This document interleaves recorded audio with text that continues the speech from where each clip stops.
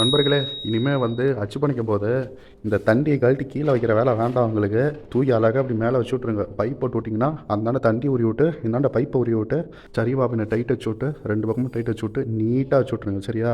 சிம்பிளாக முடிச்சு போயிடும். A few moments later.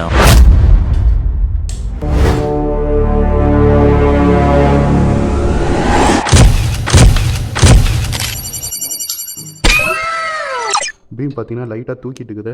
So அந்த செட்டை லைட்டாக நம்ம நவுத்தி விட்டோம்னா பர்ஃபெக்டாக உட்காந்துக்கும்.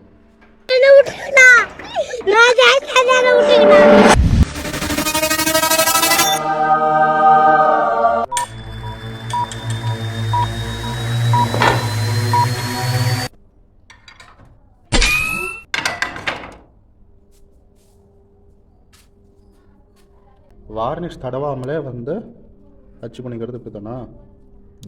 இதுக்கு ஒன்றே ஒன்று தேவை, அந்த பெருநீர்.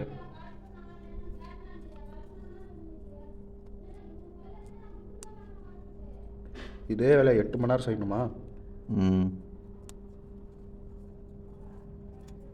இந்த மாதிரி சின்ன சின்ன விஷயங்களை தெரிஞ்சுக்கணும் அப்படின்னா நம்ம சேனலுக்கு ஒரே ஒரு சப்ஸ்கிரைப் பண்ணுங்கள், அங்கே ஒரு லைக் பண்ணுங்கள். தொடர்ந்து வீடியோஸை பார்க்கலாம். சரிங்களா? பாய்.